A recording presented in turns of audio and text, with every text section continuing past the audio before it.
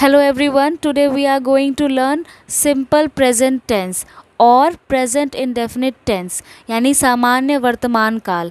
सामान्य वर्तमान काल के हिंदी के वाक्यों को हम इंग्लिश में कैसे कन्वर्ट करें, इंग्लिश कॉन्वर्जेशन में कैसे यूज़ करें, उसे हम आज सीखने वाले हैं। इसका रूल क्या है? इसका रूल है सब्जेक्ट प्लस वर्ब की फर्स्ट फॉर्म। इतना अगर आपने जान लिया तो बस आपने सेंटेंस बनाना सीख लिया, बस इतना ही काफ़ी है। इसके बाद और भी बहुत कुछ होता है, जैसे subject plus verb plus object, but main rule यही है, सब्जेक्ट प्लस वर्ब की फर्स्ट फॉर्म। अब हिंदी में इसका मीनिंग क्या होता है?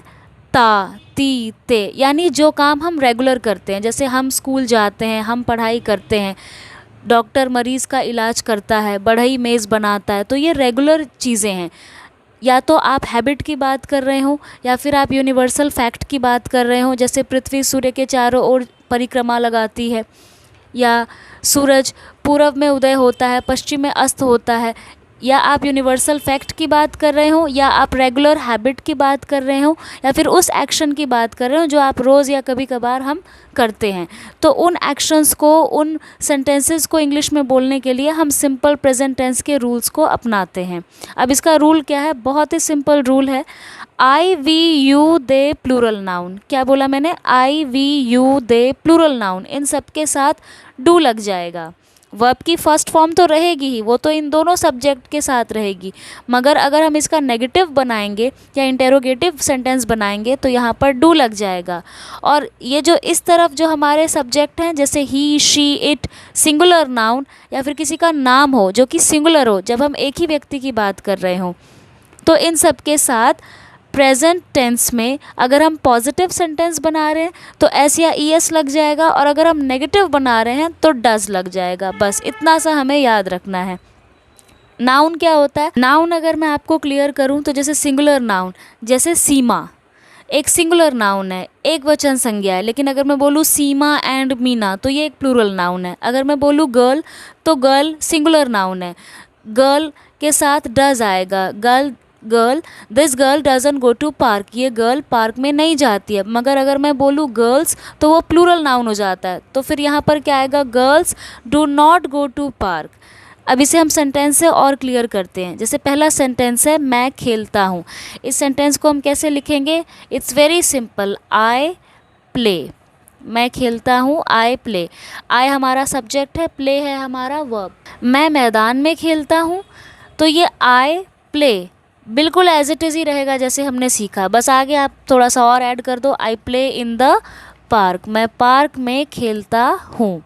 मैं मैदान में नहीं खेलता हूँ, यहाँ पे मैंने पार्क लिख दिया, वैसे आप यहाँ पर ग्राउंड लिखना था मुझे, ग्राउंड यानी मैदान में।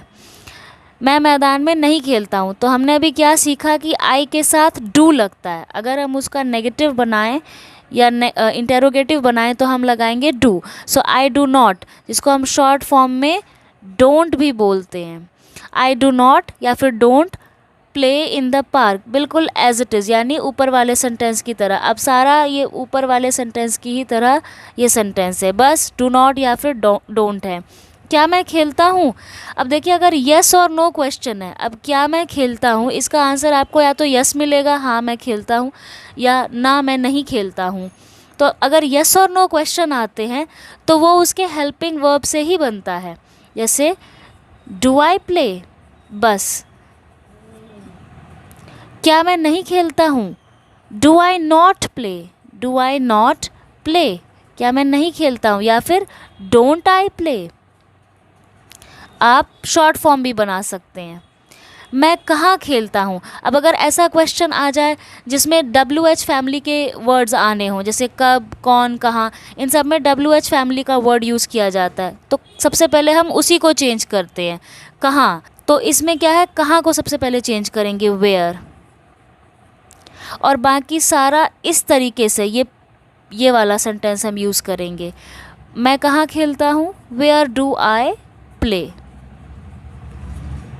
That's it. नेक्स्ट इज़ वह फ्रेंच बोलता है, तो वह के लिए आ जाएगा ही। अब इस रूल में हमने क्या सीखा था, यहाँ मैं आपको ये दिखा देना चाहती हूँ कि ही, शी, इट, सिंगुलर नाउन जब ये सब्जेक्ट हों तो सेंटेंस तो वैसे ही रहेगा, सब्जेक्ट प्लस वर्ब की फर्स्ट फॉर्म, मगर वर्ब की फर्स्ट फॉर्म के साथ एस या ई एस लग जाएगा सिर्फ इन सब्जेक्ट के साथ। तो हमने क्या करना है, वह फ्रेंच बोलता है, ही स्पीक लिखा हमने, साथ में हम एस लगा देंगे, he speaks French.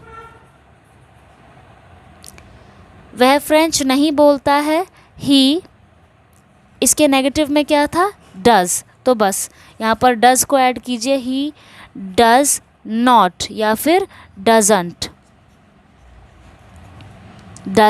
Speak French, वो फ्रेंच नहीं बोलता है।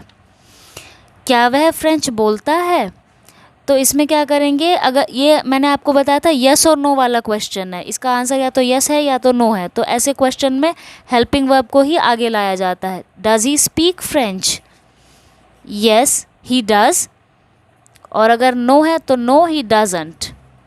क्या वह फ्रेंच नहीं बोलता है, doesn't he speak French, doesn't he speak French, क्या वो फ्रेंच नहीं बोलता है, डजंट ही स्पीक फ्रेंच। वह कब फ्रेंच बोलता है, अब कब, कहाँ, कैसे, इसमें सबसे पहले उसी वर्ड को चेंज किया जाता है, तो कब यानी when does he speak French, वो फ्रेंच कब बोलता है। वह कहाँ बोलता है, तो सबसे पहले कहाँ को हम इंग्लिश में चेंज करेंगे, where does he speak French. तो अगर आपको वीडियो पसंद आया तो वीडियो को लाइक करें, चैनल को सब्सक्राइब करें। Thank you.